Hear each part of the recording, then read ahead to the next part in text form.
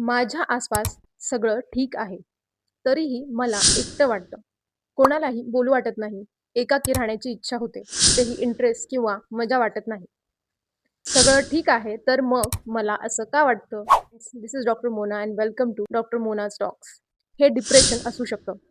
Depression म्हणजे दुःख नाही, तर तो ब्रेन, बॉडी आणि इमोशन्सचा इम्बॅलन्स असू शकतो.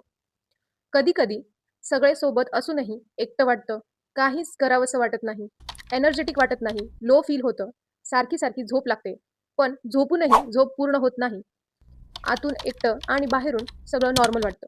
म्हणूनच डिप्रेशन खूप दिसत नाही, पण जाणवतं. हे वीकनेस नाही, अटेन्शन सिकनेस सुद्धा नाही. यांना पॉझिटिव्ह विचार कर असं म्हणणंही इतकं सोपं नाही. सगळ्यात महत्त्वाचं म्हणजे तुमच्या फीलिंग खऱ्या आहेत का ते पाहणं. त्याचबरोबर मदत घेणं लाजिरवाणं नाही. योग्य काउन्सिलिंग आणि सपोर्ट त्याचबरोबर योग्य ट्रीटमेंटने तुम्ही नक्की बरे होऊ शकता.